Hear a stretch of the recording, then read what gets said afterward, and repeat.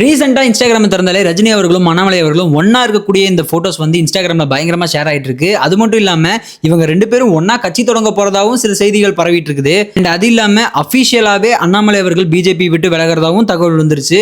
அது சொல்லி கொஞ்ச நேரத்துல இன்னும் சிலர் என்ன சொல்ல ஆரம்பிச்சிட்டாங்க அப்படின்னா, அண்ணாமலை அவர்கள் தனியா ஒரு கட்சி ஆரம்பிக்க போறதாவும், அதை கேட்ட இன்னும் சிலர் என்ன சொல்லிட்டு இருக்காங்க அப்படின்னா, அண்ணாமலை அவர்கள் வந்து தனியா தொடங்க போற கட்சி வந்து பிஜேபியோட பி டீம் அப்படின்ற மாதிரிலாம் சொல்லிட்டு இருக்காங்க.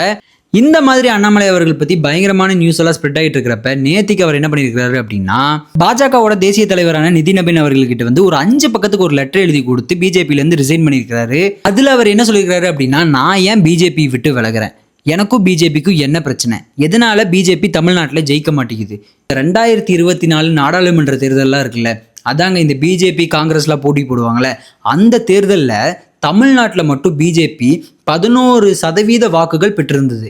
அப்போ அண்ணாமலை அவர்கள் வந்து 11% வாக்குகள் வந்து ஜெயிச்சிருக்கிறாரு அப்படின்னா, ஏன் சட்டமன்ற தேர்தலில் நம்ம விஜய் அவர்களை போட்டிட்டு ஜெயிக்க வேண்டியது தானே அப்படின்னு நிறைய பேர் கேட்பீங்க. அங்கதான் ஒரு விஷயம் இருக்குது. அண்ணாமலை அவர்கள் வந்து சட்டமன்ற தேர்தலில் போட்டியிடவே இல்லை. அவர் வந்து பிஜேபியிலேருந்து விலகுனது அந்த டைம்ல தான். சரி, இது வரைக்கும் டிஎம்கே டிவிகேன்னு போயிட்டு இருந்தது. இப்போ அண்ணாமலை அவர்கள் விசஸ் விஜய் அவர்கள் அப்படின்னு சொல்லி ஒரு போட்டி ஒன்று போயிட்டு இருக்கு. முதல்ல இந்த அண்ணாமலை அவர்களுக்கு மக்கள் எதுக்கு வந்து சப்போர்ட் பண்றாங்க அப்படின்னு கேட்டீங்கன்னா, அண்ணாமலை அவர்கள் வந்து ஒரு நேர்மையான ஐபிஎஸ் ஆஃபீஸராக இருந்திருக்கிறாரு. பாஜக மூலமா நிறைய சுற்றுப்பயணங்கள் மேற்கொண்டு இருக்கிறாரு. அது இல்லாமல் அவரோட தைரியமான பேச்சும் ஊழலை எதிர்த்து அவர் கேட்குற கேள்விகளும் நேரடியாகவும் இருக்கிறனால மக்கள் வந்து அவருக்கு பயங்கரமான ஆதரவு தெரிவிச்சுட்டு வராங்க. அண்ட் அது இல்லாமல் படித்தவர் நாட்டு ஆளுனா நல்லா இருக்கும் அப்படின்ற மாதிரி சொல்லிட்டு வராங்க. எனக்கு என்ன தோணுது அப்படின்னா, விஜய் அவர்கள் சிஎம் ஆகி இன்னை வரைக்கும் 25 நாள் தான் ஆகுது.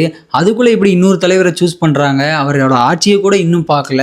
அதுதான் எனக்கு ஒரு கேள்வியாவே இருக்குது. சிலர் என்ன சொல்லிட்டு இருக்காங்க அப்படின்னா, அண்ணாமலை அவர்கள் படிச்சிருக்காரு, அவர் தான் நாட்டை ஆளணும் அப்படின்ற மாதிரிலாம் சொல்லிட்டு இருக்காங்க.